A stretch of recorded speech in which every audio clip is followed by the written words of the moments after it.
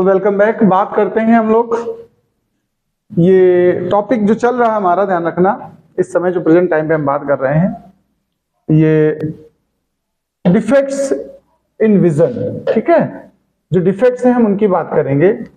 तो मायोपिया के बाद हम बात करते हैं हाइपरमेट्रोपिया।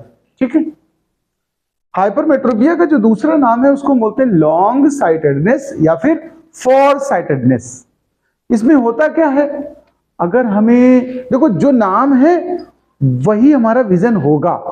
अगर लॉन्ग साइटेडनेस या फॉर साइटेडनेस है, इसका मतलब far objects are visible clearly but near objects are not visible clearly. In this case hypermetropia में क्या होता है कि दूर की चीजें तो हमें क्लियर दिखती हैं, जो क्लोजर ऑब्जेक्ट्स हैं उनको देखने में दिक्कत होती है।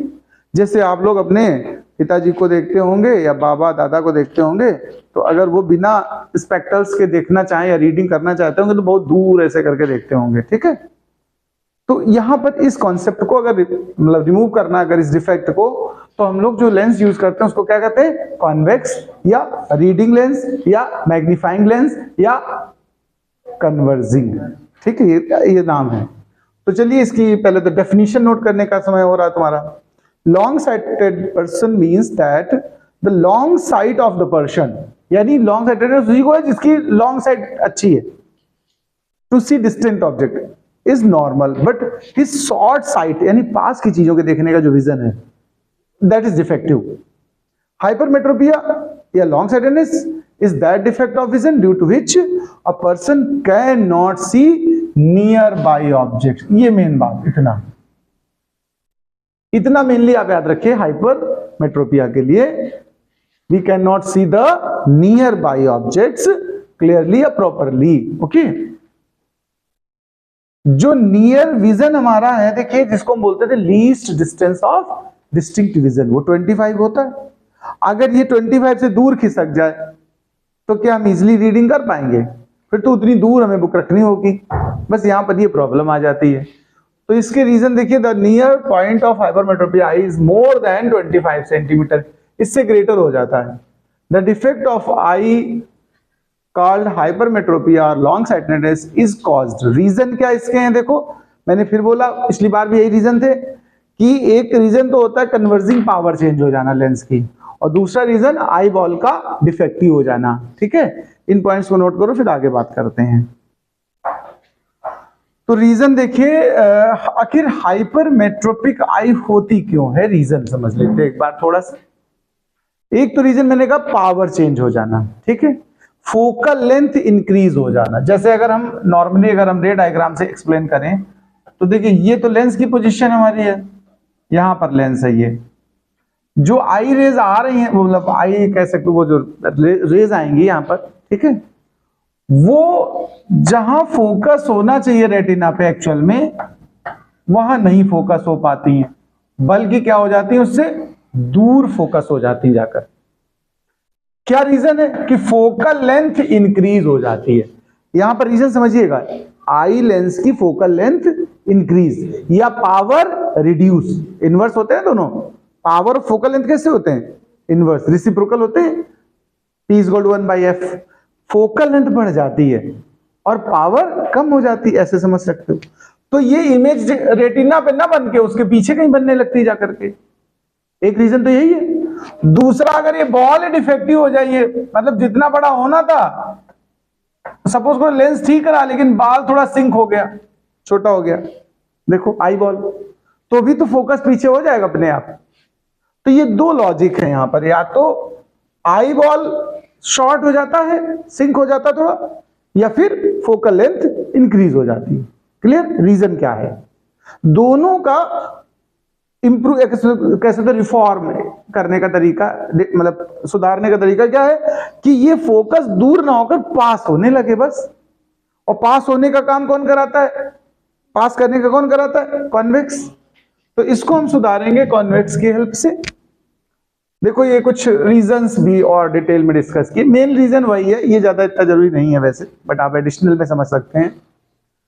सम cases the ciliary muscles attached to the eye lens becomes weak, cannot make the eye lens thicker to increase its converging power. उतना बढ़िया काम नहीं कर पाती सिलेबस सेल्स। So due to the low converging power या फिर मोर फोकल लेंथ, वही बात हो गई।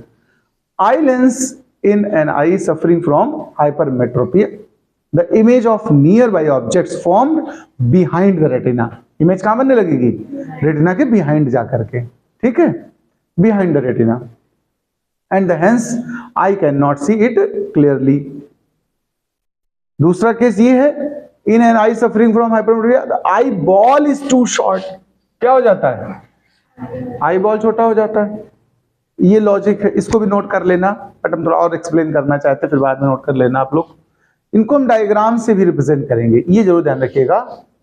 जब हम कॉज बताएं, अगर सपोज करो कोई क्वेश्चन कॉज से रिलेटेड आया है कि what is the reason of hypermetropia, क्यों हुआ, तो दो कॉज बताए मैंने, तो हमें एटलीस्ट ये डायग्राम शो करना होगा।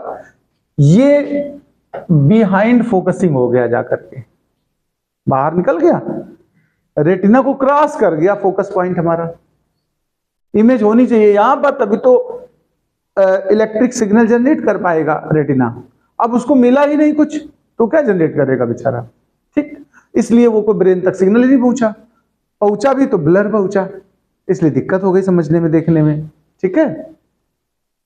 फार पॉइंट से जो आएंगी तो वो फिलहाल प्रॉपर कन्वर्ज हो जाती हैं, इसलिए वो दिख जाती है चीज हमको।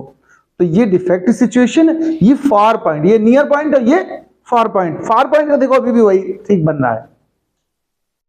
इसके बाद जब हम इंप्रूव कर देंगे, अपने डिफेक्ट को ठीक कर लेंगे, तो ठीक करने के लिए लेंस कौन सा यूज करेंगे बताओ भाई? कॉन्वेक्स, यानी कॉन्वेक्स का मतलब focal length positive, power positive होगी। जिन लोगों के लेंस की पावर पॉजिटिव है वो समझ लें उनको कौन सा डिफेक्ट है? हाइपरमेट्रोपिया। ओके, वो यहां पर आपको देखो रिप्रेजेंट, ये कॉन्वेक्स तो जानते होंगे, यही तो स्ट्रक्चर होता है। तो ये नियर बाई ऑब्जेक्ट्स को पहले यहां पहुंची, तो इसने क्या किया, देखो ध्यान देना, ये इस जो एक्चुअल ऑब्जेक्ट है वो दूर पहुंच गया वर्चुअली। ऑब्जेक्ट से जो इमेज बनी वो वर्चुअल ऑब्जेक्ट हो जाएगा इस लेंस के लिए, या ये कंडीशन बनेगी। तो ये क्या करेगा भैया, जो दूर फोकस हो रहा था जाके उसको जल्दी ही समेट देगा। एक कन्वर्जन, इसका तो काम था ही कन्वर्जन, जितना डिफेक्ट रहा उस डिफेक्ट को पूरा कर दिया किसने? इस लेंस ने। तो डबल कन्वर्जन हो गया ना, तो जल्दी कन्वर्ट होकर के वहां पहुंच गए अपनी जगह पर, एग्जैक्ट फोकसिंग हो गई। ये डायग्राम जरूर बना लीजिएगा आप लोग। एक ही न्यूमेरिकल प्रॉब्लम है, जैसे पिछले दिन कराया था हमने, उसी से रिलेटेड है। तो थोड़ा स्पेस दे दो अपने पास, जितनी जगह में ये एडजस्ट हो जाए। इस प्रॉब्लम को करिए, नोट करिए।